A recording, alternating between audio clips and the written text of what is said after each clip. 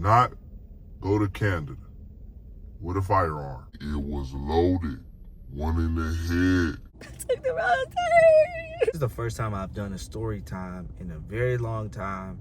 Last time I did a story time, I was talking about when I had hit that za and I felt like I was laced. Okay, if you want to check out that video, I put that little link underneath this video. Today's story is about me going to Canada with a firearm.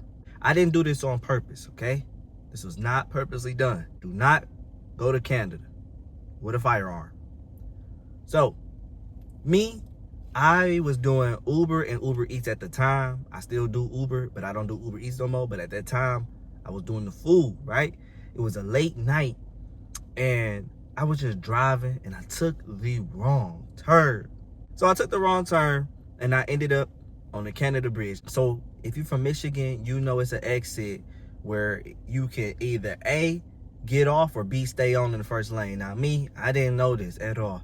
I had no idea, and I ended up going the wrong way. So it was a semi truck, right? And it was in one lane and another lane, and then it was like sandwiching me in. So I'm like, hey, I can't go. So I'm just following behind him because I can't move. And then there's one up there, so I could not move. So I ended up taking a ramp, and I'm looking, and I'm like, hold on, this ain't the right way. So I ended up taking the wrong way, and I'm like, I'm trying to go back. I can't go back. I'm going over the bridge. I see all these trucks face the other way. Someone was telling me, Cam, turn around. Cam, turn around. I did not turn around. I just kept going straight. So I had my firearm in my camera bag, and it was loaded.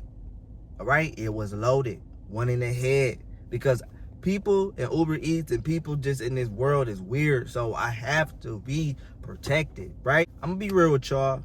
I did not have my gun license. I did not have it.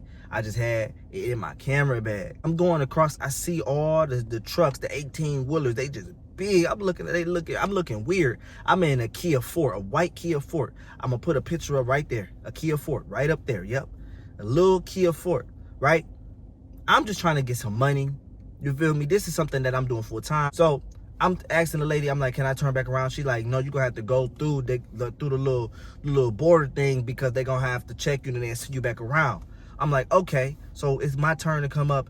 The lady, she talking to me. She's like, sir, is there anything in your car? Any firearms? Anything that I need to know? I'm lying to the lady because I'm scared. I'm only lying to her because I am terrified. I'm like, dog, I got a pistol. They about to do whatever to me, right? I'm like, nah, I don't have nothing at all. She's like, sir, I'm gonna give you one more time to declare over your weapon or it was something like that. Basically, I had to do with my firearm, and I'm like, yeah, it's in my thing. So she called the police to it. Boom, boom. She's like, next time, sir. Like she chewed me up a little bit, but I was like, sorry, I couldn't hear you, baby. If you ever see this video, I heard you loud and clear. I was just terrified, gang. So after that, the police came, and I'm like, nah, I'm chilling. I'm like, man, I just went the wrong way, basically. And then they grabbed a firearm out. They emptied the clip. I had a CZP 910S. If you know about that gun, it's really a nice little small gun. It's really nice.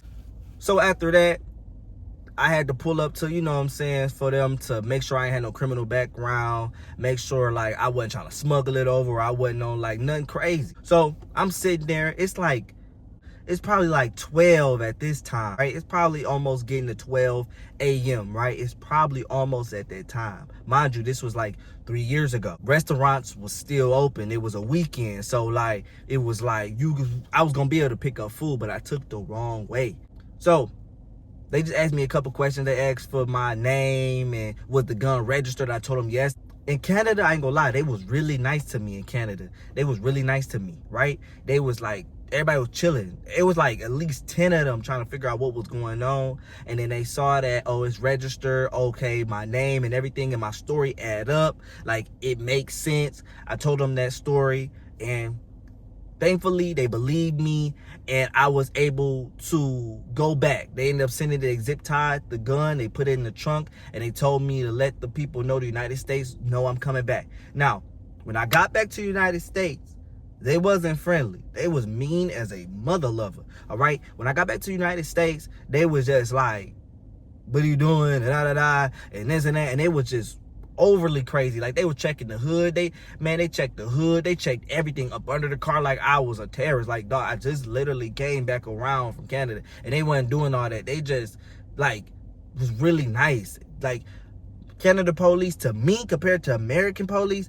was very, very nice, especially being a black man in America. Police already, like, try to profile you. Mind you, I don't have no criminal background.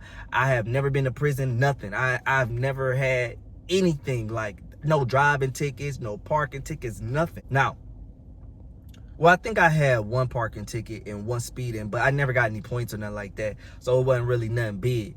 I be chilling for real.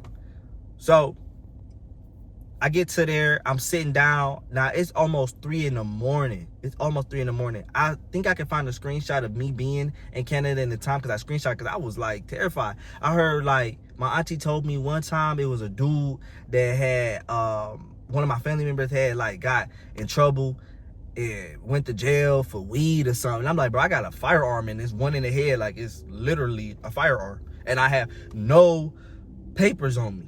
Only thing that I have to, like, is my word at this point. And I'll go back to the United States. Like I said, I went back to the United States, and they were, like, just doing a whole bunch, and they were checking to see where I registered at. And thankfully, it was registered. It was nothing on it. The gun was clear. Everything was perfectly fine. But they kept me for there, and they kept asking me the same story. I told them the same story when I was in Canada. Man, I had got lost, going the wrong way, trying to do Uber Eats, trying to do, like, get a couple more dollars. You feel me?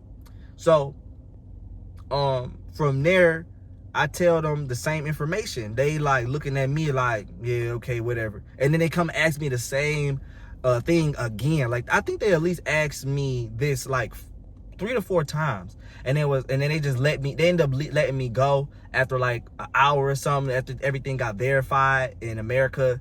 And it was really, like, a scary feeling, but at the same time, I wasn't, like, fearing, like, oh, I'm about to go to prison for life, because I know I didn't do nothing. My intentions wasn't to hurt nobody. It was just because of my own protection, doing Uber Eats and Uber and stuff like that. You feel me? So what I learned from this situation is, do not take, I think it was exit 213B or some shit like that. Never go that way. Update on me having the firearm. I ended up selling it to the pawn shop. And then I took my paper up to downtown because I didn't want nothing else to do with that pistol. I was like, I'm straight. I'm gonna go get me something else.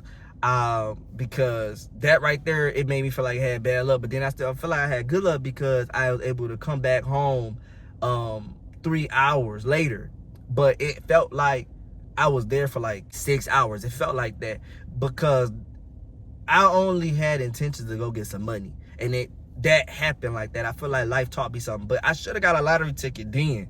I should have got me a damn lottery ticket because I don't think I was supposed to. And it was a Saturday night. It was Friday, but it was like Saturday, Friday type of thing, type shit. Man, and that's the story of me in Canada with a firearm, dog. I hope that y'all enjoyed the story. If you do like the story, like it, comment, share it to somebody that have had similar experiences, and man, share it or something for me. And I'm out.